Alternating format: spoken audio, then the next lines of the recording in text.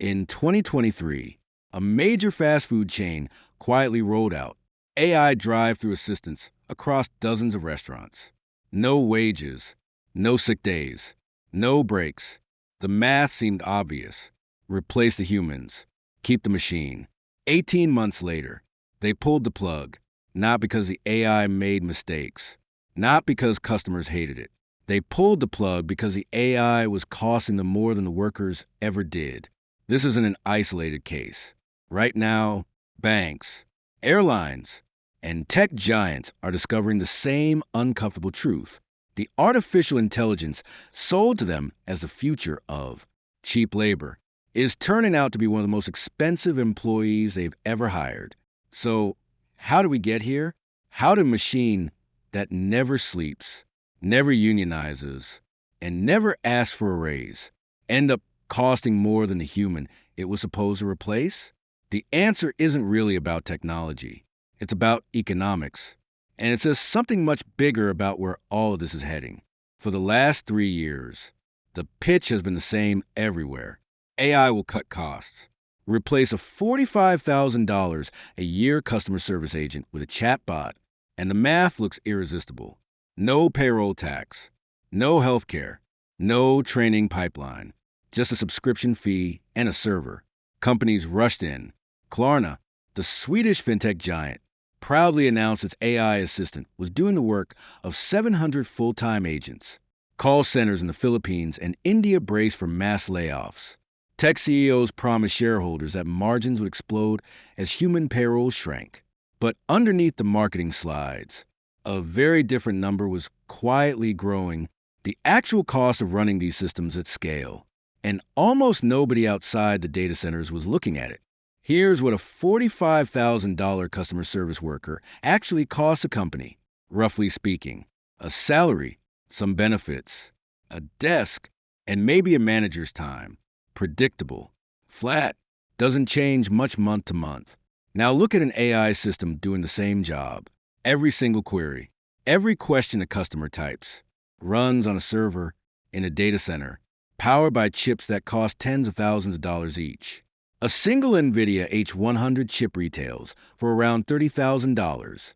Training one large language model can cost over $100 million. And running that model afterward, what's called inference, isn't free either. Every response burns electricity, and electricity at data center scale is not cheap. Some studies have estimated that a single complex AI query can cost 10 to 30 times more in compute than a simple web search. Multiply that by millions of customer interactions a day, and the bill stops looking like a subscription fee and starts looking like a second mortgage. And unlike a human worker, the AI doesn't get more efficient with experience. It doesn't learn to solve a customer's problem in one message instead of 5. It doesn't remember the customer from last time unless you pay extra to give it memory. Every improvement costs more infrastructure, more chips, more electricity. Suddenly, the free employee has a power bill larger than the payroll it replaced. Klarna's celebrated AI for 700 agent story had a quiet sequel. Within a year, the company admitted it was rehiring human staff, not because the AI failed at tasks, but because customer satisfaction dropped and the cost of fixing errors, retraining models, and handling edge cases outweighed the savings.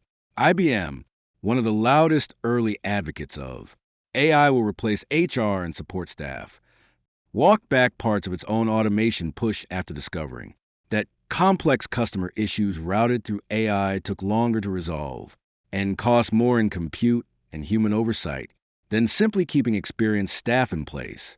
And in the world of software development, several companies reported that AI coding assistants, once you factor in the compute costs of large context windows, and the human engineers still needed to review and fix AI-generated code, delivered savings far smaller than promised. Sometimes none at all.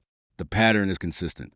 AI is extremely good at looking cheap on a pitch deck and extremely expensive once it meets the real, messy complexity of human problems. There's an old economic idea called the Jevons paradox. In the 1800s, Engineers made steam engines dramatically more fuel efficient. Logic said coal use would fall. Instead, coal use exploded because cheaper, more efficient engines meant coal got used for far more things than before. AI is following the same curve. As it gets cheaper per task, companies don't just replace one worker, they try to use it for everything. More queries, more automation, more scale. And scale, at AI's current cost structure, means the total bill keeps climbing even as the price per unit falls. There's also a second factor: talent. The engineers who build and maintain these systems are some of the highest paid workers on Earth. A senior AI researcher can cost a company more than 50 customer service workers combined. So even as AI displaces low-wage labor, it quietly requires a smaller army of extremely expensive specialists to keep it running. The result is a strange new economy. Cheap labor gets replaced by expensive infrastructure and even more expensive experts, and the total cost doesn't shrink. It shifts. But here's the part almost nobody is talking about. The companies losing money on AI right now aren't stopping. Amazon, Microsoft, Google, they're pouring more money into data centers than ever, even while individual AI products lose money on every single use. Why would you keep scaling something that's currently more expensive than the workers it replaced? Because this isn't really about today's costs. It's about tomorrow's market. These companies are willing to burn billions now, subsidizing AI far below its real cost, for one reason: to make human alternatives disappear first. Call centers shut down. Training pipelines for junior workers dry up. Entire professions quietly shrink while the AI is still too expensive to justify on paper. And once those human systems are gone, once the workers, the training programs, the institutional knowledge have vanished, there's no going back to the old cost baseline. At that point, prices for AI services can rise because the alternative, the cheaper, human option, no longer exists. So the real twist isn't that AI is more expensive than the workers it replaced. It's that being more expensive right now is the price.